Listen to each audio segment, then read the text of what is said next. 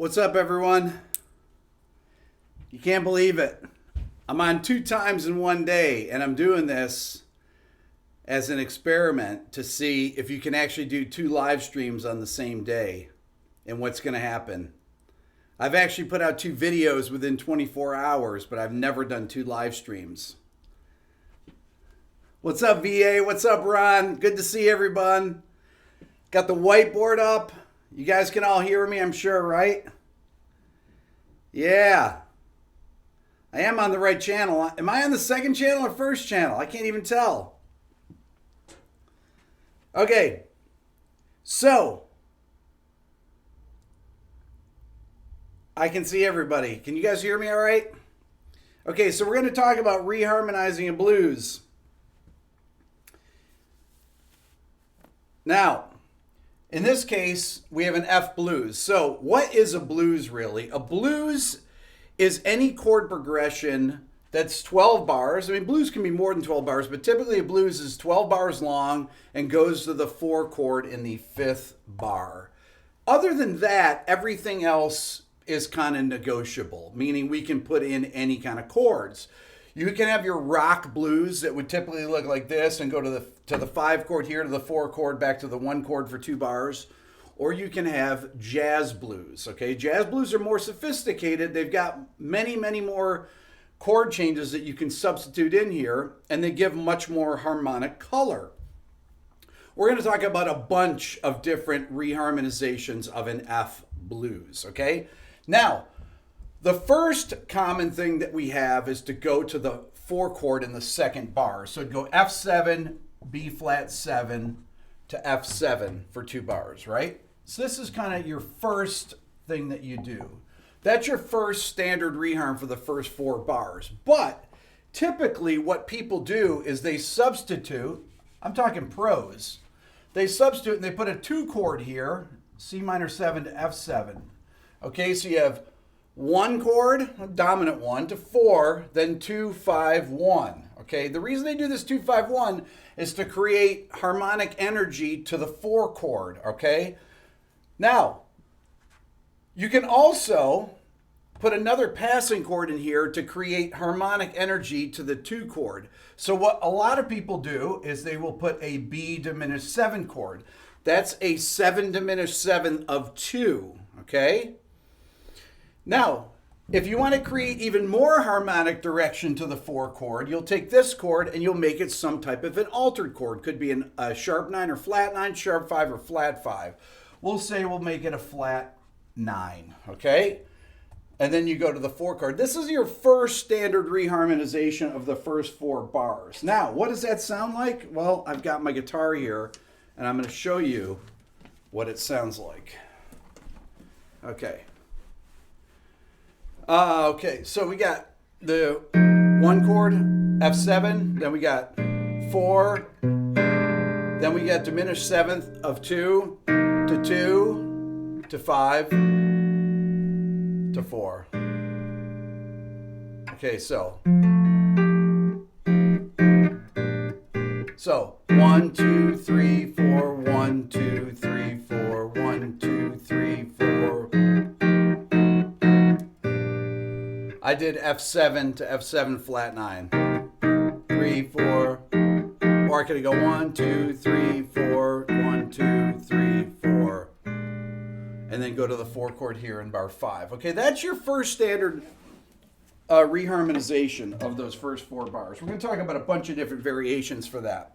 But let's continue on, okay? Now, typically what happens is that we have to figure out what goes in this bar because we have to create harmonic motion back to the 1 chord here, to your dominant 1. So typically what people do is they will put a B diminished 7th chord. By the way, there's a discount code on the Beato book or anything in my store. It's RB411. 20% off anything. If you want to get the Beato book and understand all this stuff, this is how you support my channel. Or you can buy your coffee mug with all the different modes. Or just go to my store, check it out. Okay, so you want to create this root movement back here. Now, typically, if you get B diminished, your root movement isn't going to be strong to F7. So typically, people will play F7 over C. So in inversion, with a fifth in the bass, your bass player is going to play. Okay? Now, here, pretty much only rock players will put the 5 chord to the 4 chord there. Okay? So what we want to do here is we will put typically a 2-5-1 to get to this chord, because this is another important bar. This is the beginning of your turnaround bar. So right here to the end is your turn around. Okay, that goes all the way to there, and then it turns around to the top of the tune. Okay, so in order to create harmonic movement towards this 1 chord again, we're going to put a 2-5-1. So G minor 7 to C7. We could put C7 flat 9. We could put C7 sharp 5. Doesn't really matter. Any kind of alteration would work there to create that. Okay. Now, how do we get to this G7 chord? Well, typically people will do a secondary dominant. Now, this is very advanced stuff here, but you're going to get this. So, a real standard thing that you will hear is to do a minor 2-5-1 to go to the minor chord here. So this would be A minor 7, flat 5 to D7, let's say flat 9, okay? Going to G minor. So this is a 2-5-1 in G minor. The D chord is really like a secondary dominant there. It's the D7 chord is a 5-7 of 2. The G minor 7 is the 2 chord in an F blues. Okay, so what does that sound like? Well, it sounds like this. So we have more of a complete chord progression. We don't have the turnaround yet, but we have 1, 2, 3, 4. So F7, B flat, B diminished, C minor, F7 flat 9, B flat 7, B diminished 7, F7 over C, A minor 7 flat 5, or A minor 7 flat 5, D7, G minor 7, C7. Now your turnaround, okay? So this is pretty much a standard blues so far. Now let's talk about the turnaround. Typically turnarounds in jazz are either 1-6-2-5, 3-6-2-5. In this case, we'll start with a 1, and we'll go 1, 6 is going to be a dominant, D7 flat 9, G minor 7, whoops, to C7, okay? That is your, so that is your turnaround there, all right? So what does that sound like? So now we have a complete blues here that's been harmonized or reharmonized from a standard blues. So it's going to sound like this. 1, 2, 3, 4.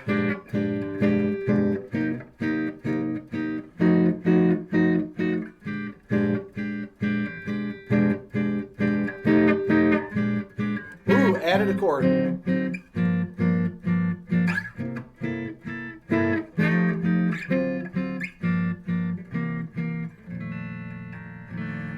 Okay, so that is a pretty, what I would call stock bebop blues, okay? Now, what do people play over that when you're improvising? Well, typically, you have your F7 chord, so you're going to create some type of... So I played...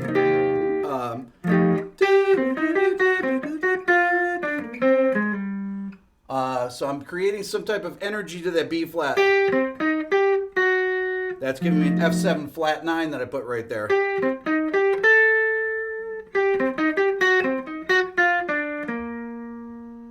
Okay, so that's to the root of that B flat chord, right? And then I did B flat. Then I'm on my C minor 7. So I played C minor 7, F7.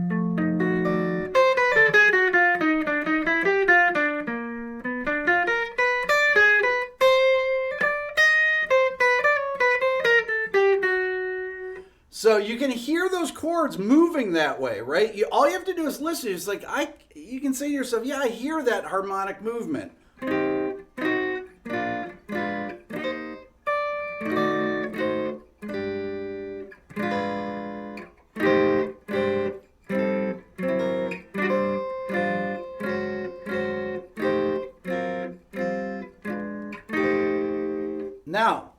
Some of the things that I'm thinking, though, in this first bar, I'm thinking C minor 7 to F7. C minor 7 to F7 flat 9. There's a difference between reharmonizing something and improvising something over the top of it. When I see F7, many times I'll think C minor 7 to F7, okay? Because my F7 chord, a lot of players will think we'll take the F7 chord.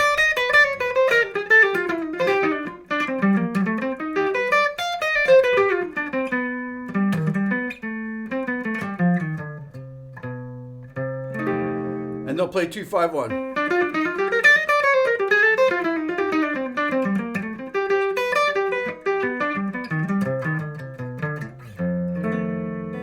There's your F7 bebop sound right there. So I could play. So I played. So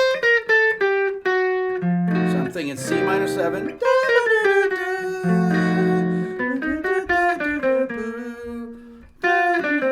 There's my B flat 7, right? And there's my B diminished. There's my B diminished sound to get to my C minor 7. Then I played F7 altered to get to my 5 chord here. Now, let's talk about some other possible places to reharmonize. So other common areas are on the turnaround. Let's go back to F7 here. When you turn around back to C minor 7 or to F7, another thing to do is to go like this. Make this an F7 chord, but make this an E flat 7. This is a flat 7 substitute to get back to the 1 chord. This is very common to do also. This is another reharmonization trick. One of the reasons that works is that it creates a just the right kind of dissonance. The note, the 7th of that, the D flat, leads you back to F7. I'll show you why. So you got F7.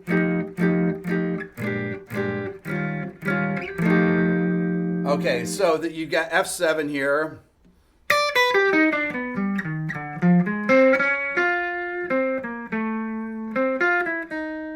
So if I get B flat 7,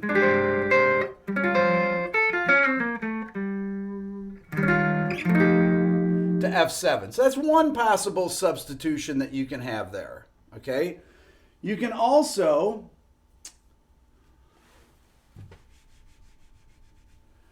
do this. I can go to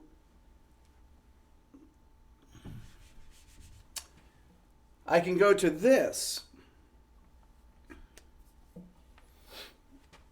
I can do a tritone substitute here and go G flat 7.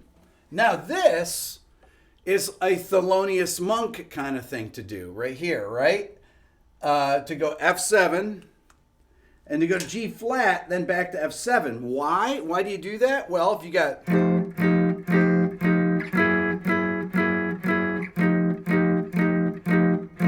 can already hear how good that sounds.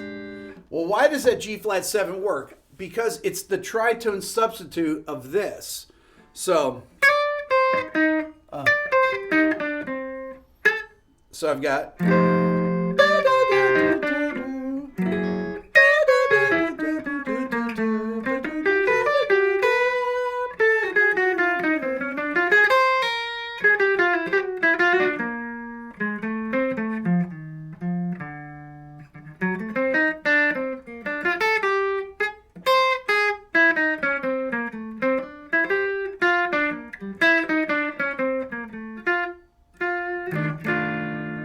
Okay, so that G flat there acts as a tritone sub to get you back to the tonic chord there, okay?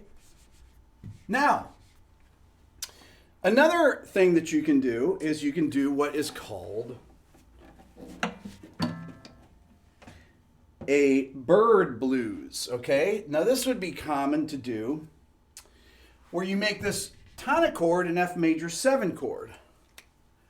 So we can use a kind of an altered type of bird blues here. We'll just go there, and then you do E minor 7 flat 5, A7 sharp 5, D minor 7, G minor 7. Then here we put the 2-5, C minor 7 to F7 flat 9, let's say. And that gives us harmonic direction here. I'm going to make this altered to, let's say, sharp 5 to C minor. So this chord, this D minor 7, you have to think about it this way. You got E minor 7 to A7 to D minors. That's a minor 2-5-1 in D minor. And then you got 5-1 in C minor. Then you have 5-1 back to B flat. Okay? That's a Charlie Parker thing in a song called Blues for Alice that he used as a chord substitution. Now, there's a whole rest of the song to Blues for Alice, but you don't have to play that. You could just do the Blues for Alice first part. Okay, so that's going to sound kind of like this.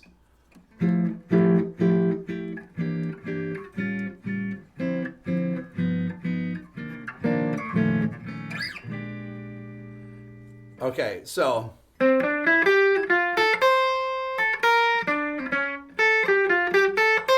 right, so I'm doing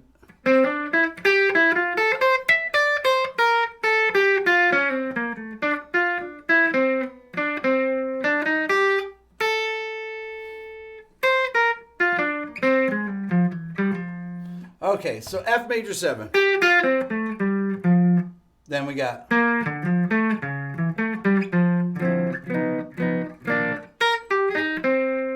so I've got, what did I play? Right.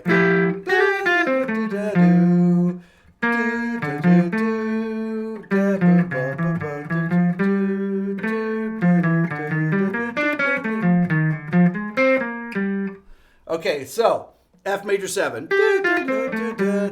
Then E minor 7.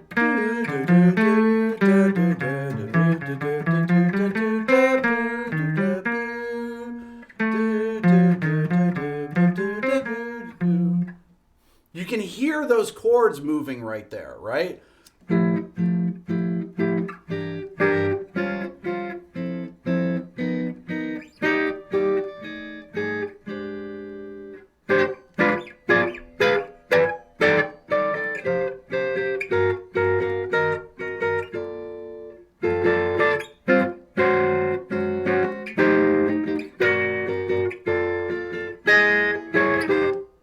So I did I finished that out, the reharm on that. Now, what are some other things that you can do that are a little bit even more modern than this? We're still back in the 1940s with this, okay? You can start to put in some things like Coltrane would have done. Maybe some pedal points, maybe the cycle. The circle of fifths. So if you can superimpose chord progressions over this. So I got, let's say, F7, B flat 7, F7 for 2 bars. Now I'm going to show you a little trick here. Okay? If I start a half step above this dominant chord here on F sharp 7, and I do the cycle. So I'm going to go F sharp 7, B7, E7, A7, D7, G7, C7, F7. Okay, that's the cycle. Okay, that's going around the circle of fifths and dominant chords. And the F7 is your intersection chord back with B flat 7. Okay? So, you'll hear people, Pat Metheny, people that are hip to these types of devices for playing, right? So instead of going to this is standard.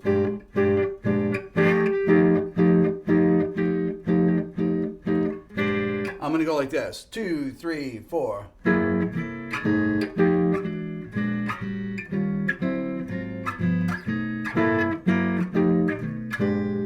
Then I'm back to the 4 chord on the 5th bar, because that's where blues happen.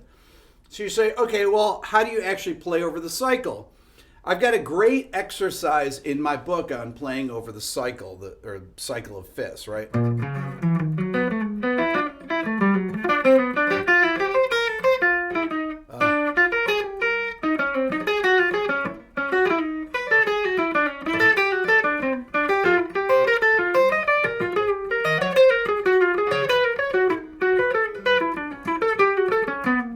So that is playing over the cycle there. I start at F7, B7, E7, A7, D7, G7, C7. Right? So.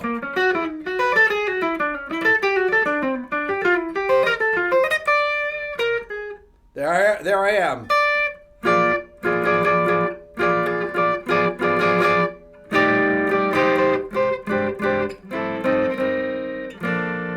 So that's a cool sound, right? So you're launching into, you're coming out of the turnaround, let's say.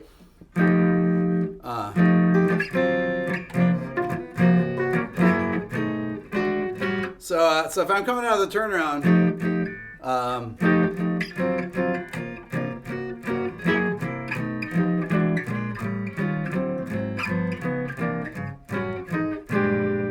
so here's my turnaround again. F7. Actually, let me do it like this. Then.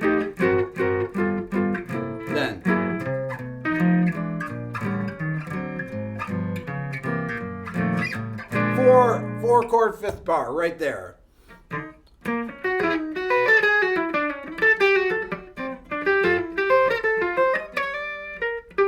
So right there, I'm landing on that third of that chord. Okay?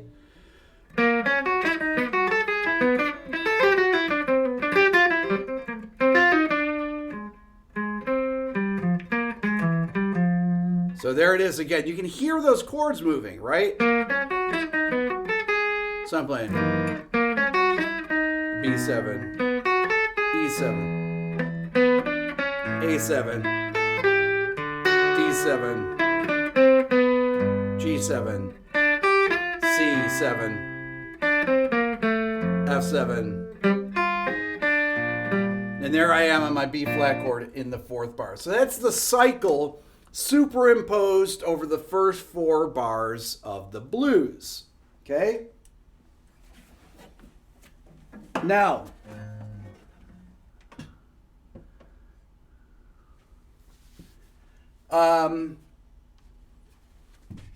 you can also do, there's so many different things you can do.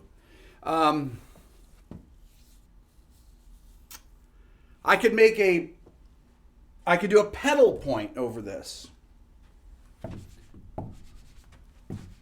I could play an F pedal, a tonic pedal. I could go F, let's say add 9. This is way more modern. This works better on piano. Then I could do A, add 9 over F. Then I could do E over F,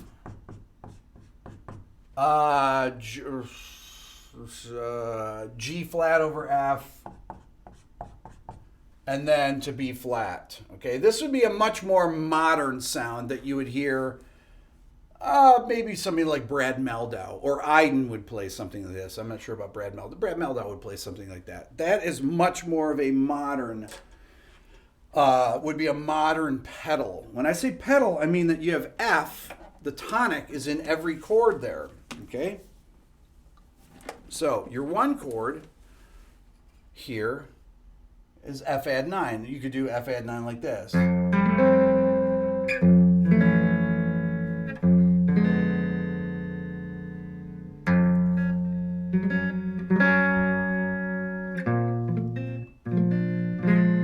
Okay, so we have F major, then we have F major, or A add 9 over F, but I'm not going to do the add 9. Leading augmented sound, tonic diminished sound, okay? Then we have, it's a cool sound, right?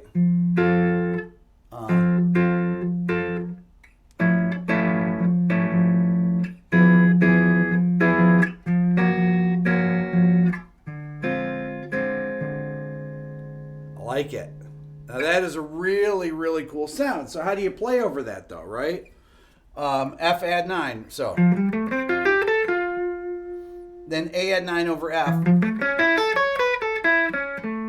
E over F. Right then.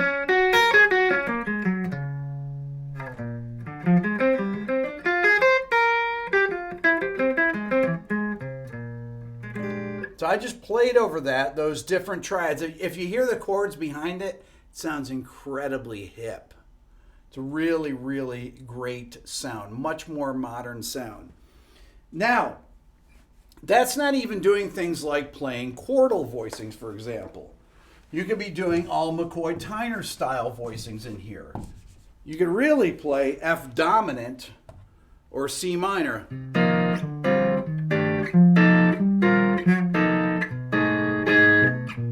So I'm playing like a C Dorian sound here.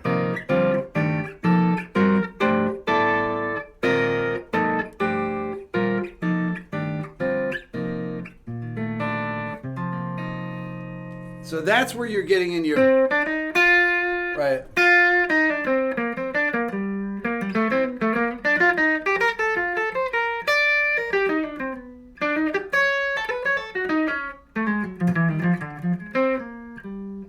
So I'm just thinking C minor 7.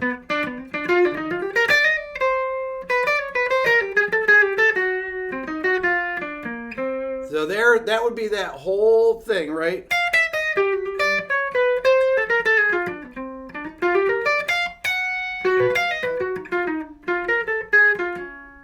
Okay, so that, in there, I'm thinking C Dorian over the first 4 bars. Totally different idea here. C minor 7, boom, boom, F7 altered. This is where people actually can feel like they stretch out. I think a lot of people feel hemmed in when they're improvising over the blues, especially in jazz, because they're not thinking this way. You don't have to go to the 4 chord in this bar, right?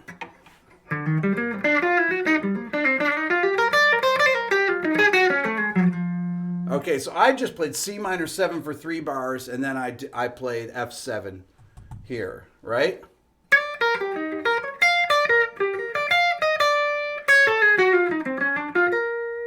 So there, once again.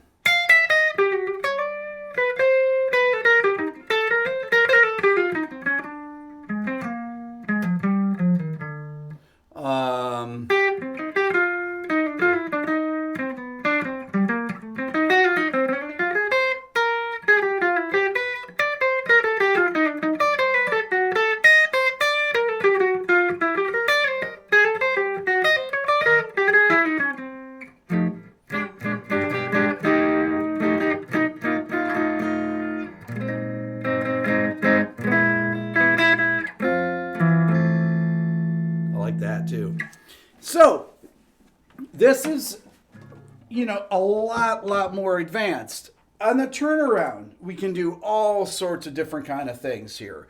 This turnaround could be so many different things. I could go, I could make this an A7 chord and just do a complete dominant turnaround. A7, D7, G7, C7. I could go do a chromatic turnaround.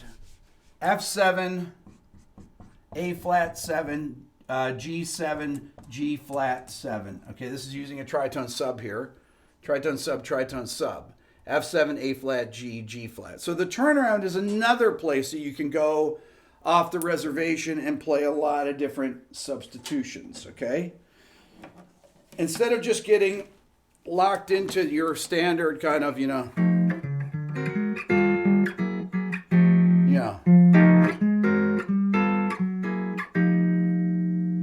those kind of ideas are like, if you're playing blues in E,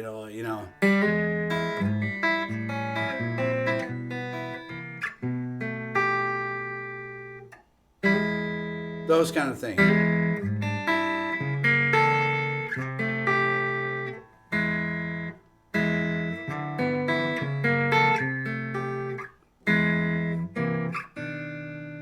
A I love those kind of sounds like that. Those kind of substitutions.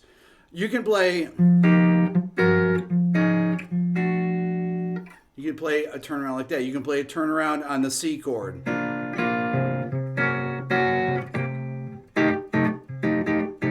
You could play a turnaround, like I said, all dominant chords. That's Joe Pass would do that a lot of times. Make all the chords dominant, okay? Instead of F7, he'd just turn it into A7.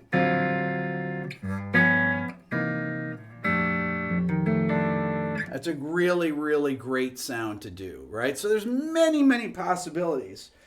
You can get into sounds like this. That would be an interesting type of turnaround.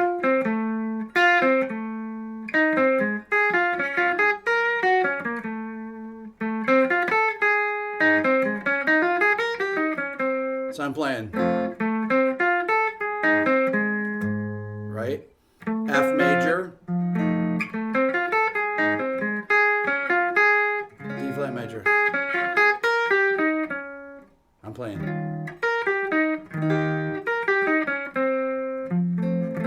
Back to F major that way. Cool sound. Now I'm playing G flat there.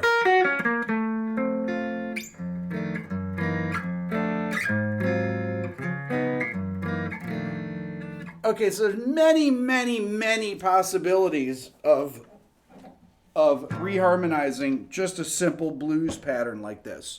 So many possibilities. And I have about, I don't know, 30 or so in my Beato book, something like that. I probably have about 30 of them. But I also have substitutions. I probably have 50 substitutions just for the turnaround alone. Okay, so you can, what you do is you look at the chord progressions here, and you can find ways to get around here. I could put the Coltrane changes in here, as long as they intersect with B flat 7, okay? You could put the Coltrane changes really anywhere. You could do it where they intersect here, or intersect with this C7, as if it's a tonic chord or something, right? So don't be locked in just by the straight progression that you have to do that. You can play. It doesn't matter what the other people are playing. It'll sound cool if you're improvising, and your bass player, they may not be following you. Or your piano player may be like, what is he playing there? If they have good ears, they're gonna know what you're playing, though. Okay, I'm gonna look at some questions here, see if we got any here. Greg, you're a drummer, you can't look away. I like it. Here. Let's see here.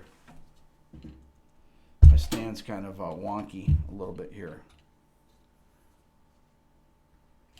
Let's see here. Sorry about this here. There we go. I'm going to finally look at the chat. Yes, I am. Thrash metal guy. Girl. Dean, what's up? 2 in 1 day. Woo!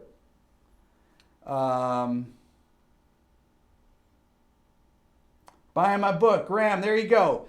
The discount code is RB411.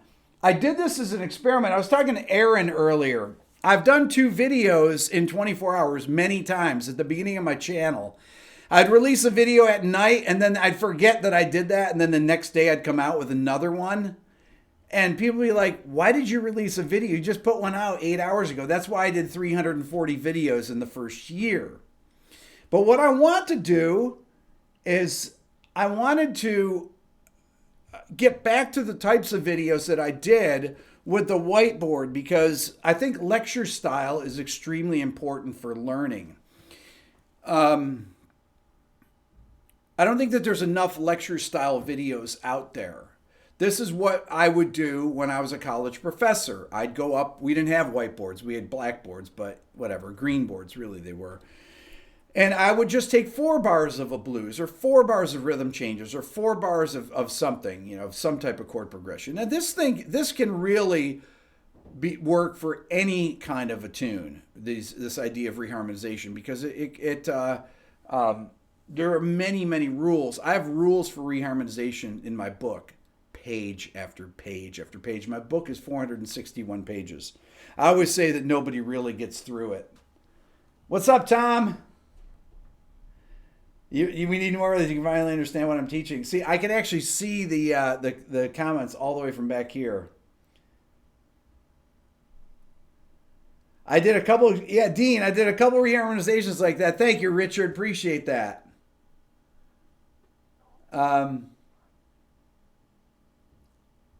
What is the rough cost of the Beato book? Well, it's 20% off right now, so I'm not sure what that equals. Blues glasses, Peter? I like that. Can I play For Whom the Bell Tolls? Come on, bro. Are you joking? Come on, dude. Of course. But I'm not going to do that in a video. I'm not going to do a video on that. But I am going to do my second Metallica song soon. Maybe next week. I've been wanting to do a second Metallica song, but it's really difficult. I have like all the Metallica songs.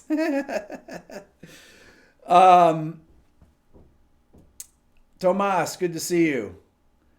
Okay, any other questions? Reharmonizing. Okay. Reharmonizing. Does it have a dash in it? I was talking about this. Metallica are not blockers. I was actually asking about this. If that was the case. Am I on the first or second channel here? I can't even tell. Is this on? I don't even know. Oh, I shouldn't say the second channel. What second channel? Theory or sound comes first. I learned theory after I learned the sound of things, because I learned by ear. And then I had to learn what I was playing or what I was actually transcribing, because I started learning jazz off records.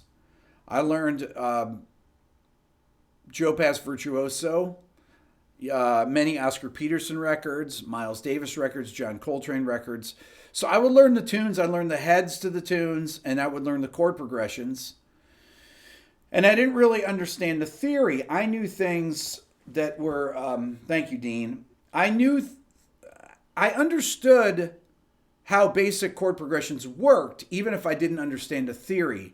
Because I didn't really understand, I wouldn't say I understood Roman numeral analysis, meaning the chord function. Thank you, John.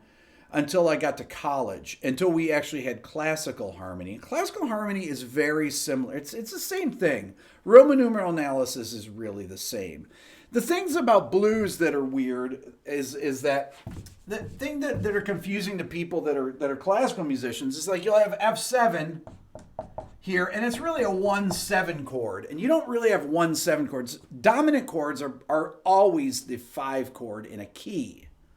Okay? So it's confusing when you have a bunch of dominant chords, but you just have to kind of accept that the one chord, that dominant chord, sounds like a tonic, which it does. You're used to that. People play the blues scale over the whole thing. I will many times play a whole chorus of blues, or maybe play tons of choruses of blues.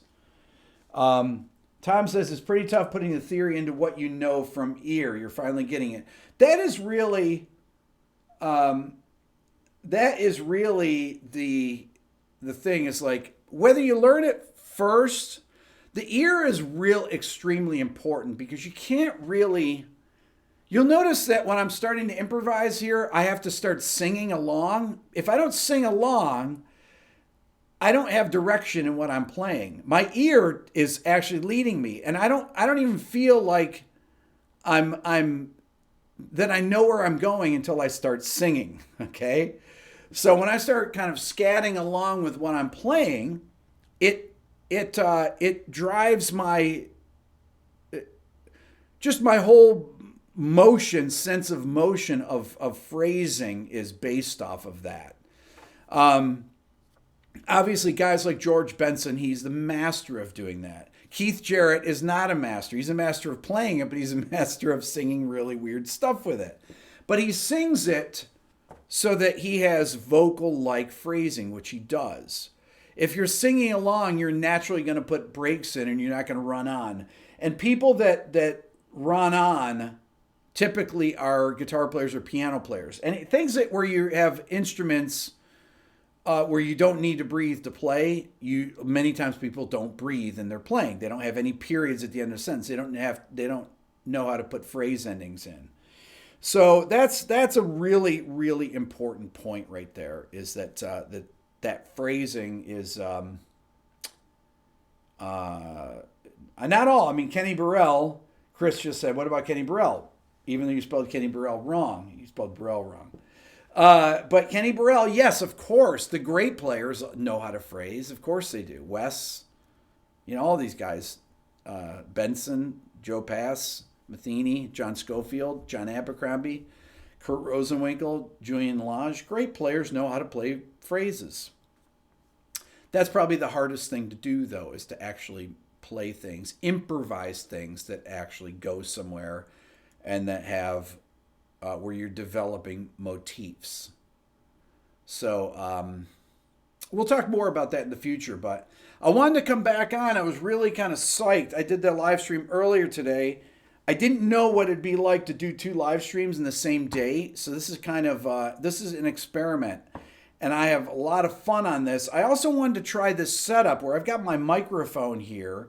And I've never done the setup in this space of the studio with the whiteboard and using the camera like I'm using in the control room, like I was doing earlier. I'm trying to mix it up a bit here. I like my whiteboard lectures, but I was always kind of hemmed in by the using the phone and things being backwards, and I like being in here. I think it's more illustrative to actually write the things down and read them. You can take screenshots, do whatever you need to do, or get the Beato book, RB411, 20% off. You can buy my set of 6 mugs and learn the formulas for the major scale, the melodic minor scale, the harmonic minor scale, the harmonic major scale, and the double harmonic major scale. Or you can get the triad mug too, which has all the formulas for that. The major triad minor, diminished, augmented, sus4, sus2, Lydian triads, and so forth. Okay? Thank you, TG. Oh, really appreciate that. Any last questions here? VA, anybody? Anybody have any last questions? The sound is good. 5 Watt World, subscribe to Keith, my dear friend who was down here, whose channel is really doing great. Subscribe to his channel. 5 Watt World if you don't. He's got a new video that I'm very psyched about coming out. He was telling me about it today. How does one go about getting a music education in his or her 40s? Well, I'm 57, and I educate myself every day.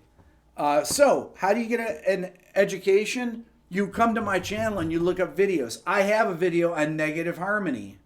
Kaz, look it up. It's called Musical Palindromes and Negative Harmony. It's a great video. It's one of my favorite videos I've done, and nobody watches it.